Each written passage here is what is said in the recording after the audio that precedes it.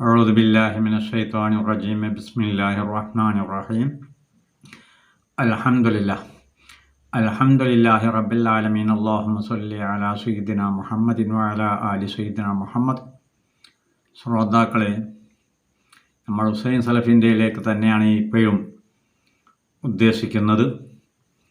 അവന് സുന്നത്ത് ജമാഅത്ത് തകർന്നു, സുന്നത്ത് ജമാഅത്ത് തീർന്നു, ഇനി ലോകത്തില്ല എന്ന ആവേശവുമായി നടക്കുകയാണ്. അവനോട് നേരത്തെ നമ്മൾ പറഞ്ഞു കഴിഞ്ഞൊരു എപ്പിസോഡിൽ ആ പൂതി മനസ്സിൽ കടന്നോട്ടാണ്. ഇനി അതിനാവശ്യമായ സുന്നത്ത് ജമാഅത്തിൻ്റെ ആശയം എന്താണെന്ന് നമുക്ക് പറയണം. നിങ്ങൾ ആദ്യം അവൻ്റെതൊന്ന് കേൾക്കൂ, എന്നിട്ട് നമുക്ക് ബാക്കി സംസാരിക്കാം. പേരോടിനൊക്കെ വന്ന മാറ്റം വലിയ അത്ഭുതം തന്നെ, സന്തോഷമാണ്. അൽഹംദുലില്ലാഹ്, വലിയ മാറ്റമാണ് വന്നിട്ടുള്ളത്. മൂപ്പരിക്കൊരു വാദമുണ്ടിപ്പോ, ബദരീങ്ങൾ സഹായിച്ചു എന്നൊന്നും നമ്മൾ പറയരുത്. ബദരീങ്ങൾ സഹായിച്ചു എന്നൊക്കെ പറയുന്നത് മര്യാദ കെട്ട വാക്കാണ്. ശരിക്കും ശ്രദ്ധിക്കണം.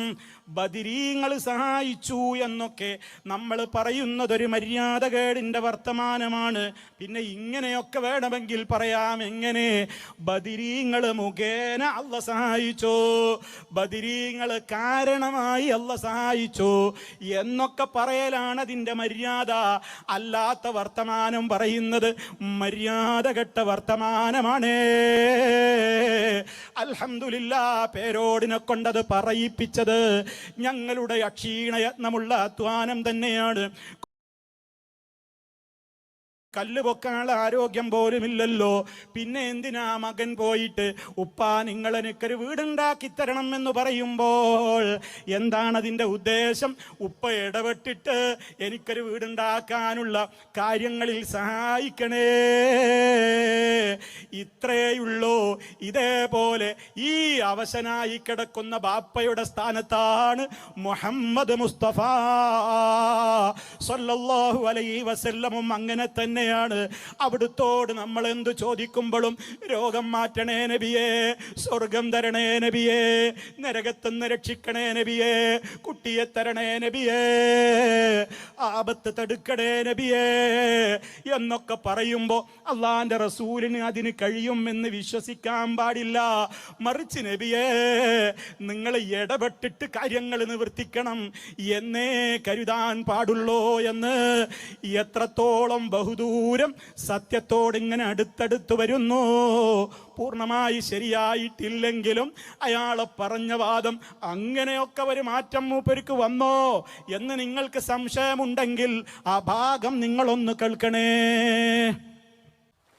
മുഹമ്മദ് നബിയേ, ഇന്നി ഖദ് തവജ്ജഹതു ബിക ഇലാ റബ്ബി ഫീ ഹാജതി ഹാദിഹി, എന്റെ ഈ ആവശ്യത്തിൽ ഞാൻ അങ്ങയെ മുൻനിർത്തി അല്ലാഹുവിനോട് പറഞ്ഞിട്ടുണ്ടേ നബിയേ, അവിടുന്ന് ഈ വിഷയം നിറവേറ്റി തരാൻ അവിടുന്ന് ഇടപെടണമെന്നാ പറയുന്നത്. അങ്ങനെ അതാണ് ഇസ്തിഗാസ, ഇടപെടാൻ ആവശ്യപ്പെടുക. തങ്ങൾ നിർവഹിച്ചു തരാൻ എന്ന് പറഞ്ഞാൽ തങ്ങൾക്ക് നിർവഹിക്കാൻ കഴിയുമോ? ഇപ്പം നിങ്ങൾ കേട്ടല്ലോ എന്താ പറഞ്ഞത്. ബദരീങ്ങൾ സഹായിച്ചു എന്നൊന്നും പറഞ്ഞുകൂടരുത്. അത് അദബുകേടിൻ്റെ വാക്കാണ്. അത് ആരും പറഞ്ഞുകൂടരുത്. പിന്നെ ബദരീങ്ങൾ സഹായിക്കുന്നില്ല, അതുപോലെ തന്നെ ആദരവായ നബി സല്ലല്ലാഹു അലൈഹി വസല്ലം തങ്ങൾ സഹായിക്കുന്നില്ല. അതൊക്കെ അള്ളയാണ് സഹായിക്കുന്നത്, അള്ളയാണ് പ്രവർത്തിക്കുന്നത് എന്ന ഒരു പഠിപ്പിക്കൽ. അത് പേരോട് ഉസ്താദിൽ നിന്ന് വന്നിട്ടുണ്ടെങ്കിൽ നമ്മൾ മനസ്സിലാക്കുന്നത് പേരോട് ഉസ്താദിന് സിഗർ ബാധിച്ചതാണ്. കാരണം മഞ്ചക്കല് വെച്ചിട്ട് പേരോട് ഉസ്താദ് പ്രസംഗിച്ച പ്രസംഗത്തിൻ്റെ 4 കാസറ്റിൽ നിന്ന് 2ാം കാസറ്റാണ് യഥാർത്ഥത്തിൽ റിയാദിൽ ന്യൂസനേയ ഏരിയയിൽ 2 റൂമിൽ അടിയായിട്ടുണ്ടായത് മുജാഹിദിന്. അവിടുന്ന് ലാസ്റ്റ് മുജാഹിദ് ഇറങ്ങി പോകേണ്ടി വന്നിക്കാണ്. എന്താ കാരണം?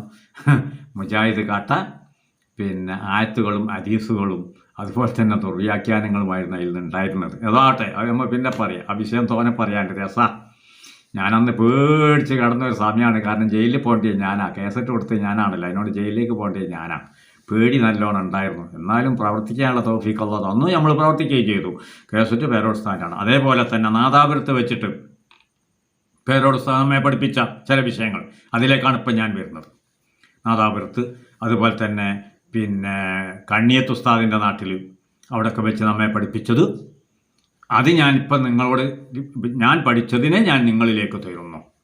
പിന്നെ മറ്റെന്തെങ്കിലും സംഭവിച്ച് പോയിക്കണമെങ്കിൽ, സംസാരം സംഭവിച്ച് പോയിക്കണമെങ്കിൽ സിഗറിനെ സൂക്ഷിക്കൽ നിർബന്ധമാണ്. അത് ബന്ധപ്പെട്ടവർ ശ്രദ്ധിക്കുമെന്ന് പ്രതീക്ഷിക്കട്ടെ. പിന്നെ ഞാൻ പറയട്ടെ, അവിടുന്ന് ഉദാഹരണത്തിൽ അല്ലാഹു തആല ഭൗതികമായ ഉദാഹരണം എല്ലാറ്റിനും വെച്ചിട്ടുണ്ട്.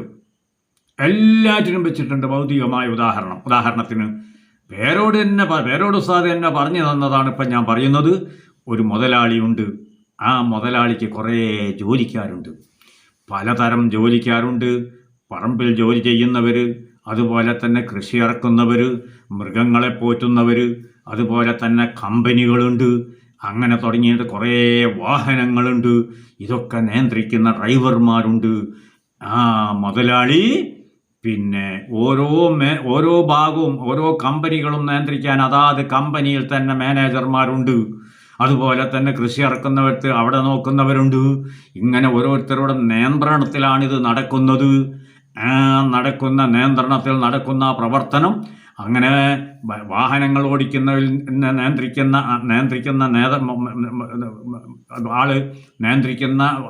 വാഹനം നിയന്ത്രിക്കുന്ന ആളുകളെ നിയന്ത്രിക്കുന്ന മാനേജർ അവിടെയുണ്ട്. എന്നാൽ ഇതിനെ എല്ലാ മാനേജർമാരെയും നിയന്ത്രിക്കുന്ന ഒരു മാനേജർ അയാൾക്കുണ്ട്. അയാളാണ് ജനറൽ മാനേജർ. അദ്ദേഹം എടുക്കുന്ന തീരുമാനമാണ് അവിടെ തീരുമാനങ്ങൾ. അദ്ദേഹം എടുക്കുന്ന തീരുമാനം ആ കമ്പനിയുടെ ആ മുതലാളിയുടെ മൊത്തം പ്രവർത്തനത്തിൽ ജനറൽ മാനേജർ എടുക്കുന്ന തീരുമാനം.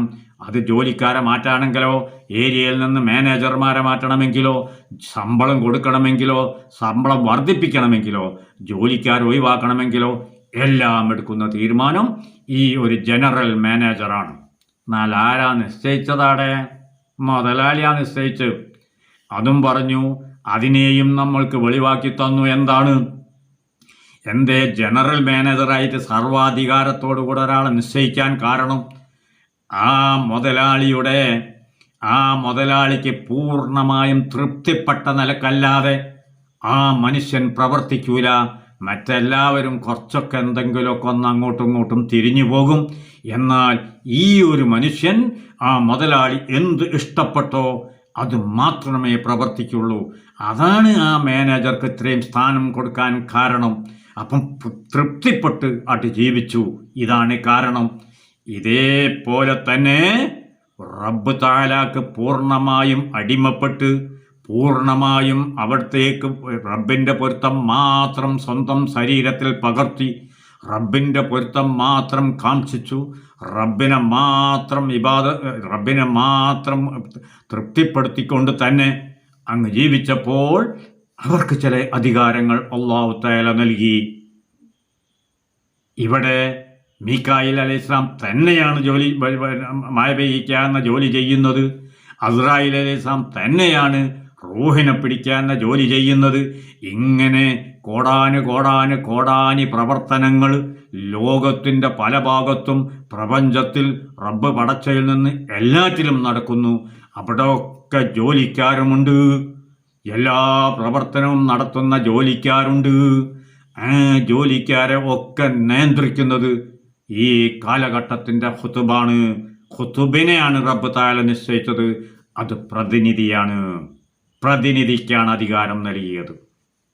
അല്ലാതെ മീകായിൽ അലൈഹിസ്സലാം മഴ പെയ്യിക്കുന്നത് മീകായിൽ അലൈഹിസ്സലാം നിയന്ത്രിച്ചത്, ബഹുമാനപ്പെട്ട മടവൂർ മഹാനരെ നിയന്ത്രിച്ചത് ഈ സാധുവായ എനിക്കറിയാം. ചിത്തടിമേത്തൽ ചെന്നിട്ട് അബൂബക്കർ സഖാഫിനോട് ചോദിച്ചാൽ പറഞ്ഞും തരും. അവിടുത്തെ പെങ്ങളുടെ കല്യാണം നടക്കുകയാണ്. മഴ 3 ദിവസം മുമ്പ് തുടങ്ങിയതാണ്. അങ്ങനെ കല്യാണത്തിൻ്റെ തലേന്ന് അബൂബക്കർ സഖാഫി ശൈഖുനാനെ കാണാൻ വേണ്ടി പോവുകയാണ് കോഴിക്കോട്ടേക്ക്. അപ്പോൾ പിതാവിനോട് ചോദിച്ചു, എന്തോ പറയണോ? ഞാൻ മുത്തായിച്ചിനെ കാണാൻ പോവുകയാണെന്ന്. അപ്പോൾ ഉടനെ പറഞ്ഞു, മഴ നല്ലോണമുണ്ട്, കല്യാണം നാളെയാണെന്നൊന്ന് പറഞ്ഞേക്കണോന്ന്. അങ്ങനെ അവിടെ ചെന്നാൽ കുശലം പറഞ്ഞിട്ടാണ് ബാക്കി പറയും. ഇങ്ങനെ ഉപ്പ ഇങ്ങനെ പറഞ്ഞിട്ടുണ്ട്, നാളെ കല്യാണം നടക്കുകയാണ്, മഴ ധാരാളം പെയ്ത കാരണം കൊണ്ട് വിഷമമുണ്ട് എന്ന് പറഞ്ഞു. ഉടനെ അവിടെ നിന്നുള്ള കൽപ്പന, ചിത്തടിമേത്തൽ കല്യാണം കാരണമായി 2 ദിവസം മടവൂരിലേക്ക് മഴ പെയ്യണ്ട. ആരാമ്പുറത്ത് വരെ മഴ പെയ്തിട്ടുണ്ട്. അന്ന് മഴ പെയ്ത് കുത്തിയൊലിക്കുന്ന സമയത്ത് മടവൂരിലേക്ക് മഴയില്ല. നിങ്ങൾക്ക് തോന്നണ്ട എന്തെന്ന്, മാതിരി കിട്ടണ മഴ ഇല്ലാണ്ടാക്കണവനാണോന്ന്. അല്ല, ആദരവായ നബി സല്ലല്ലാഹു അലൈഹി വസല്ലം തങ്ങൾ പറഞ്ഞു, ഞങ്ങളെ ചുറ്റുപാട് ആവശ്യമുള്ള ഭാഗത്തേക്ക് പെയ്യട്ടെ റബ്ബേന്ന്. മഴക്കാറ് വിരലിൻ്റെ അടയാളം ആകാശത്ത് കണ്ടു എന്ന് സഹാബത്തെ കിറാം. എന്തേ കാരണം? ധാരാളമാകുമ്പോൾ റബ്ബിൻ്റെ റഹ്മത്ത് തന്നെയാണ്. ധാരാളമാകുമ്പോൾ നമുക്ക് അതിൻ്റെ പേരിൽ വിഷമമുണ്ടായാൽ നമ്മൾ എന്തു ചെയ്യും? സ്വാഭാവികമായിട്ടും ആ ഒരു വിഷമം അകറ്റാൻ വേണ്ടി പറയൽ ജായിസാണ്, യാതൊരു സംശയമില്ല, പറഞ്ഞു കൊള്ളണം. അപ്പം നമുക്ക് റഹ്മത്ത് തോല കൂടിയ കാരണം കൊണ്ട് സത്യത്തിൽ നമുക്കിപ്പോൾ എല്ലാ തോന്നിവാസങ്ങളും ഹലാലായി നിർബന്ധമായ അവസ്ഥയിലാണ് ഇന്നും. മുസ്ലിം സമുദായം പേച്ചാൽ ലോകത്തിന് അപകടം വരും. അത് വേറെ വിഷയമാണ്. സൂക്ഷിക്കൽ നിർബന്ധമാണ്. വിദ്യാഭ്യാസത്തിൻ്റെ പേരിൽ, വിദ്യാഭ്യാസം നേടിയ കാരണം കൊണ്ട് നമ്മൾ ഇന്ന് കേടുവന്നു. നമ്മൾ പലതും കാണുന്നു, കേൾക്കുന്നു. അപകടത്തിലേക്കാണ് പോകുന്നത്. അത് വേറെ ഞാൻ പറയട്ടെ. ഏതോ ആവട്ടെ, ഇവിടെ നിയന്ത്രിക്കുന്നത് റബ്ബിൻ്റെ അക്താബീങ്ങളായ ആളുകൾ തന്നെയാണ്. ഇത് പേരോട് ഉസ്താദ് നമുക്ക് പഠിപ്പിച്ചെന്ന് ഏടെ വെച്ചിട്ട്, നാദാപുരത്ത് വെച്ചിട്ട്. അതിൽ ഇവനിത് പറയുന്നുണ്ട് ആ കൂട്ടത്തിൽ. അന്നേരം പല കിതാബുകളും എടുത്തിട്ട് തന്നെയാണ് അന്ന് പഠിപ്പിച്ചു തന്നത്. ഞങ്ങൾ ഇത് ഉപയോഗിച്ചിട്ടായിരുന്നു സംസാരിക്കാറ്. ഇതൊക്കെ ഉള്ളത് തന്നെയാണ്. ഇപ്പോൾ എന്തു പറ്റി നമ്മക്കറിയില്ല. ഇനി ഞാൻ ചോദിക്കട്ടെ, തമാശയായിട്ടൊന്ന് ചോദിക്കട്ടെ. ഇനി ചോദിക്കുകയാണ്. ഇനി ആരോടാ ചോദിക്കുന്നത്? ഹുസൈൻ സലഫിയോടാണ്. ഹുസൈൻ സലഫിയോട് ചോദിക്കട്ടെ. ഹുസൈൻ സലഫി, ഇങ്ങനെ വന്നാൽ നമ്മൾ നല്ലോണം കുടുങ്ങും. ഒരു മൗലവി കുണ്ടിലങ്ങ് വീണു, ഹുസൈൻ സലഫി കുണ്ടിലങ്ങ് വീണു. ഈ സമയത്ത് എന്താ ചെയ്യുന്നത്? പൊട്ടക്കണ്ടിൽ വീണപ്പോൾ വിളിച്ചു കൂവുന്നത് കാക്കാമാരെ രക്ഷിക്കണേ എന്നല്ലേ? കുണ്ടിൽ വീണുപോയി, കാലളക്കാൻ പറ്റുന്നില്ല. അന്നേരം എന്താ ചെയ്യുന്നത്? ദൂരത്തൂടെ പോകുന്ന കാക്കാമാരെ രക്ഷിക്കണേ. എന്നാലോ അവിടെ അത് പറയാൻ പറ്റുമോ മൗലവി? മറുപടി പറഞ്ഞു തരണം. അവിടെ അത് പറയാൻ പറ്റുമോ? കാക്കാമാരെ, നിങ്ങളെ മുൻനിർത്തി അള്ളഹാനോട് ഞാൻ ചോദിച്ചിട്ടുണ്ട്. അള്ളാൻ്റെ അടുത്ത് നിങ്ങളൊന്ന് ഇടപെടണേ എന്നല്ലേ പറയേണ്ടത്. മറ്റു പറഞ്ഞത് സിർക്കാവൂലേ? ഒരു പണക്കാരൻ മുതലാളിയുണ്ട് ഇവിടെ. ആ പണക്കാരൻ മുതലാളിൻ്റെ അടുത്ത് ഒരു സാധു ചെന്നിട്ട് ചോദിക്കുകയാണ്, ഒരു 5000 രൂപ തരണം മുതലാളി, വിഷമമുണ്ട്, സഹിക്കാൻ കഴിയുന്നില്ല, വിഷമമുണ്ടെന്ന് പണത്തിന് ചെന്ന് ചോദിക്കാൻ സിർക്കാവൂലേ? സൂക്ഷിക്കണ്ടേ? അവിടെ സിർക്ക് ചെയ്തും കൊണ്ട് നടത്താമെന്നാണോ പറയുന്നത്? അവിടെ ചെന്നാൽ മുതലാളിയോടല്ലേ ചോദിക്കുന്നത്? അല്ലെങ്കിൽ അവിടെ നിന്നിട്ട് പറയാണ്, മുതലാളി നിങ്ങളെ മുൻനിർത്തി അള്ളഹാനോട് ഞാൻ ചോദിച്ചിട്ടുണ്ട്, അള്ളഹാനോട് ഞാൻ ചോദിച്ചതിൽ നിങ്ങളൊന്ന് ഇടപെടണേ എന്നാണ് പറഞ്ഞതിൻ്റെ അർത്ഥം എന്ന് പറയാൻ പറ്റുമോ? മുതലാളിനോടല്ലേ നമ്മൾ പണം ചോദിക്കുന്നത്? മുതലാളിയല്ലേ ട്രൗസർ കേസ് കൈയിട്ട് 5000 റുപ്യ എടുത്ത് ഇയാൾക്ക് കൊടുത്തത്? കിട്ടിക്കഴിഞ്ഞപ്പോൾ അൽഹംദുലില്ലാഹ്. എന്തേ കാരണം? എല്ലാറ്റിൻ്റെയും മേലെ റബ്ബ് തന്നെയാണ്. പക്ഷെ തന്നത് മുതലാളിയാണ്. മുതലാളിയോട് നേരിട്ടാ ചോദിച്ചത്. ഇത് മനസ്സിലാക്കാത്തടത്തോളം കാലം വിവരക്കേട് എന്നല്ലാതെ ഞമ്മക്ക് അതിനെപ്പറ്റി ഒന്നും പറയാനില്ല. കുണ്ടിൽ വീണ് വയ്ക്കാച്ചാൽ അള്ളഹാനല്ല വിളിക്കുന്നത്, കാക്കാമാരാണ് വിളിക്കുന്നത്. രക്ഷപ്പെട്ടാൽ അൽഹംദുലില്ലാഹ്. മേലെ എല്ലാറ്റിൻ്റെയും മേലെ റബ്ബ് തന്നെയാണ്, യാതൊരു സംശയവുമില്ല. റബ്ബ് തരാതെ ഒരു സാധനം ആർക്കും കിട്ടാനില്ല. പക്ഷേ ഇവിടെ വിതരണാധികാരം പണത്തിൻ്റെത് ആ മുതലാളിക്ക് അള്ള കൊടുത്തു. വിതരണാധികാരം കുണ്ടിൻ്റെ പുറത്തുകൂടി പോയ ആളുകൾക്ക് പിടിച്ച് രക്ഷപ്പെടുത്താനുള്ള അധികാരം പുറത്തുകൂടി പോകുന്ന ആളുകൾ കഴിവും അള്ളാഹു തആല കൊടുത്തു. അവിടെയാണ് റബ്ബ് കൊടുക്കുന്നതാണ്. ആ കൊടുത്ത കഴിവ് കൊണ്ടാണ് സഹായിക്കുന്നത്. ഇതാണ് അള്ള കൊടുത്ത കഴിവ് കൊണ്ട് സഹായിക്കുന്നു എന്നാണ് നാദാപുരത്ത് വെച്ചിട്ട് ഏറ്റവും കൂടുതൽ പ്രസംഗിച്ചത്. ഇതിൻ്റെ കേസറ്റ് 30 മറ്റോ കേസറ്റ് എൻ്റെ കയ്യിൽ തന്നെ എപ്പോഴും വീടിൻ്റെ മുകളിൽ പരിശോധിച്ചാൽ കാണാൻ പറ്റും. റിയാദെന്ന് ഈ കേസറ്റൊക്കെ ഞാൻ വിതരണം ചെയ്യാറുണ്ടായിരുന്നു, വ്യക്തമായിട്ടുണ്ടായിരുന്നു. ഇപ്പോൾ സംഭവിച്ചത് എന്തെന്നറിയില്ല. അങ്ങനെ സംഭവിച്ചത് വല്ലതും ഉണ്ടെങ്കിൽ ബന്ധപ്പെട്ടവർ ശ്രദ്ധിക്കണം. സ്റ്റേജ് മേൽ ഇനി കയറാൻ അനുവദിക്കരുത്. അങ്ങനെ പറയുന്നുണ്ടെങ്കിൽ, നമുക്കറിയില്ല, വിശദീകരണം കേട്ടിട്ട് ചെറിയൊരു വിഷമം തോന്നുന്നുണ്ട്. അന്ന് പറഞ്ഞതിന് എതിരായിട്ടാണ് കാണുന്നത്. ഇത് സൂക്ഷിക്കൽ നിർബന്ധമാണ്. സുന്നത്ത് ജമാഅത്തിൽ നിന്ന് വിശ്വാസം തകർന്ന് പല ലക്ഷങ്ങൾ നഷ്ടപ്പെട്ടു പോകും, ഈമാൻ നഷ്ടപ്പെട്ട് ചത്തുപോകും. ഇത് സൂക്ഷിക്കൽ ഓരോ കാലഘട്ടത്തിൻ്റെയും പ്രവർത്തകർക്കാണ് അതിൻ്റെ ഉത്തരവാദിത്വം, അല്ലാതെ വേറെ ആർക്കുമല്ല. അത് സൂക്ഷിക്കുമെന്ന് പ്രതീക്ഷിക്കട്ടെ. സൂക്ഷിച്ചിട്ടില്ലെങ്കിൽ അപകടമാണ്. സംസാരിക്കാൻ ഇനി അനുവദിക്കാൻ പാടില്ലാത്തടത്തേക്ക് വിഷയം എത്തിയിട്ടുണ്ട്. കേസറ്റ് കേട്ടിട്ട് എത്തിയിട്ടുണ്ട്. ഈ കേസറ്റിൽ നിന്ന് തന്നെ നിങ്ങൾക്കത് തിരിയും. ഞാൻ ഇപ്പോഴത്തെ കേസറ്റ് സൂക്ഷിച്ച് കേട്ടാൽ അത് തിരിയുന്നതാണ്. ബന്ധപ്പെട്ടവർ ശ്രദ്ധിക്കുമെന്ന് പ്രതീക്ഷിക്കട്ടെ. തൽക്കാലം ഇത് ഇവിടെ നിർത്തുന്നു. ഈ വീഡിയോയിൽ തന്നെ വേറെയും ഉണ്ട്, അതുമായി നാളെ സംസാരിക്കും. നിർത്തട്ടെ.